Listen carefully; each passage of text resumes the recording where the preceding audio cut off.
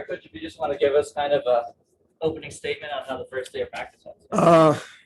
Well, for all those that were not at practice, I'm talking about our media partners. It was one of those practices. I think it's similar to the first day of school. Everyone's excited about being there, right? Some of the media folks that were invited were excited as well. We were all excited about participating in football again. This month is kind of interesting. I believe on the 7th of March, that's when we shut it down. It was fun to go and just go to practice and practice football. I thought for the most part, kids were excited about it. The coaches were excited about it. A lot of work to do, though, as we know. 44 new participants in spring ball for us. 6 of those happened to be coaches. The rest of them were players that were not here or that came late in the summer that didn't participate in spring football. So that was kind of interesting to watch. But I thought it was a good first day with a lot of energy, and the competition was good. So that's a good thing. All right, anybody with questions, use the raise hand function.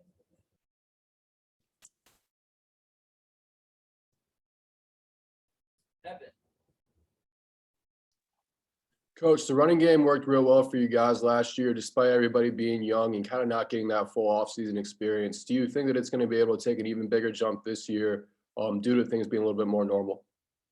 We're hoping so. We always have to have balance in our offense, and we had no idea last year of how the young running back crew was going to perform, and it was beyond anyone's expectations for a bunch of guys that had never played in the Pac-12 to do what they accomplished in 4 games. So we need to build on that, obviously, and I think we have a good group of runners. It's kind of fun to watch them to compete. You know, it's a very competitive group, but it is a solid group. Thank you. Cam Cox. Hey, Coach. Hope everything is going well. Good to see you. Thanks for letting those media members back out there again. It's good to be out there again. Had a question. March 12th is coming up. That's kind of the day everything kind of stood still for sports. What do you remember about that day? And then I guess how much has life changed since then in your eyes? Well, the uncertainty of it all. And obviously our conference had a lot of that, trying to navigate when we were going to start. Then we decided to start 2 or 3 times. The schedules changed. It seemed like every other week. Then we finally got started and we were all excited. And then we got postponed again, our football team, along with some others in our conference. We ended up with 4 football games. So that was something to deal with. But for the most part, I think we're at a place now that we're familiar with what it takes to try to keep each other safe. Is the virus still here? Yeah. But I look at us right now as just not only in Arizona, but just as a country. And I watch people. It's kind of interesting. This is kind of interesting how a year has kind of set in, and some people have just said, "Man, I can't do it anymore." Right? I think we're all excited for the most part with the vaccine. I've gotten both of my shots. I'm excited about that. My wife has gotten her shots as well. I'm excited about that. But I think going forward, we still have to be careful. We still have to respect each other. And I know there'll be some conversations both ways, but I just think respecting people's awareness and being around, I think is very important. But we've all kind of grown to deal with it, whether we liked it or not, right? I mean, you poor folks have, first time I've seen you guys in almost since last year at practice. I miss you folks. I miss the dialogue. I miss you guys in this room. I'm still talking to you guys on the screen. I like our conversations. I'm that type of guy. I like the visual contact of people you're talking to. I don't like, I was on the screen before for the worldwide leader when I was talking to people. I like that interaction and I miss it and I hope it gets back soon. Jordan. Yeah, Coach, we all miss it too. Speaking of missing, obviously, everyone's excited to be back out there. You're excited to be back out there. But is there any player or a few players today that really stood out as just being super antsy to be out there and start proving themselves? I think some of the guys that have been here for 3 or 4 years, I think they see some potential in this football team. They're excited. I'm excited as well. I mean, you think about this class of guys that came back. They've played a lot of football. I mean, they've got a lot of experience. Now, what we got to do is make sure we put them in position so they can play well as coaches. But they have experience. They have playing experience, and I think that helps. And they've taken the lead on really helping the young guys, which is kind of fun to watch. The older guys are helping the young guys, and so that's been fun for me to see. Doug Howard. Doug, hey man, your family, everybody, you're okay? Yeah, we're doing fine, Herm. All right, baby. Appreciate you asking. This is the first time since you've been there that you've gone onto a spring ball without a projected #1 receiving target. You've had Nikhil, Brandon Ayuk, Frank Darby. How do you see this competition with this group unfolding? It's going to be fun. For the guys that were able to play last year, I think they've gained a lot of experience. We've got a couple other ones too now that kind of interesting. It's amazing. A calendar year goes by, and some of the guys that weren't able to play last year that were young, just how they walk on the field now and how they compete. I look at Badger, I look at Chad Johnson, Jr., and they're different. They just have a different mindset. They walk on the field with more confidence, and they've got some talent. There's no doubt about that. They got some talent, and it just pops out on the screen when you watch them. So it's going to be fun to watch who kind of takes the lead on this, because you're right. We've been fortunate. We've had back-to-back 2-year receivers, right, getting drafted, and that says a lot. So that room understands that there's some pressure on somebody in that room to play well. Christian.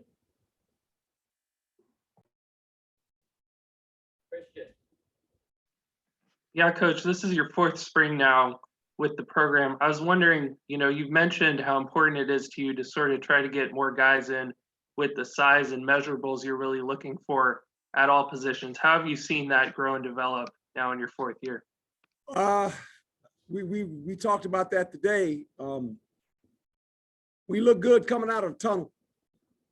That doesn't win games for you though, but we look different at all positions. I mean, at every single one of them, we look different. We're longer. We got a little bit of some size to us now, and so that's kind of what we were trying to do. And now you can kind of look at it and go, "Oh, okay, that's what it looks like." So it's kind of fun to look at, watch. Jacob. Hi, Herm. Are Tyler Johnson and Stephon Wright the only guys who are out for the spring due to injuries? And then just overall with the team, how are you guys doing health-wise? Yeah, we are. And you mentioned the 2 guys that are out, but the rest of the guys are pretty much healthy and ready to go. So that's a good thing. I think there's 106 total players, I want to say, right now on the roster. So that's a lot of guys. That's count walk-ons and things of that nature. But for the most part, everybody's participating, which is a good thing. We've got 3, it's kind of funny. I've never been in a situation where you actually had 3 deep here. We got 3 deep now. We got a 3rd team that can go in there, like a whole team on both sides of the ball. So that's interesting because that had never taken place since I've been here, but we've kind of built up the roster, the depth of the roster. Now what helps you is obviously the pandemic year where guys came back, but it's kind of interesting to see now we have 3 groups. Michelle. Hey, Coach. Obviously, with so many players coming back, you've built a culture now. What does it say about your program that you have that many guys that want to come back? Well, it says a lot about the coaches that coach them, really, and that they trust the men that are in their lives. And there's a lot of conversation with some of them that thought about maybe entering the draft. I mean, potentially, you look at this football team. If some guys do what they anticipate doing, there's some guys here that will have an opportunity to get a chance to play at the next level, and we preach that. I think this could be one of the bigger classes since I've been here that have a chance to move on. I'm not going to mention who they are. I'm going to put pressure on players. I think you guys know who they are, but it's a handful of guys. It's more than 2 or 3. You know, so that's kind of, it makes it exciting. Michael. Yeah, Coach, great to see you again. When you talk about obviously competition and depth, but I mean defensively, like you said, with the experience coming back, you've always talked about having to score at least 30 points. But this is a defense that, I mean, I know it's early, but looks like it can definitely hold the teams below that 30 mark. I mean, just the first day out there, you're pretty excited to see where the defense is at. Yeah, that would be great. But I've already told Zach, hey, you got to score. College football, you have to score. You know, I lived my whole life, whether I was playing in Philadelphia and, you know, and holding people to 10 points, 12 points, and in Tampa, and in New York, and in Kansas City. You got to score. You just do. And I think college football allows you to do that. Now, you have to have people in place that will help you do that. Quarterback can't do it alone. And it's the skilled people. And it starts up front.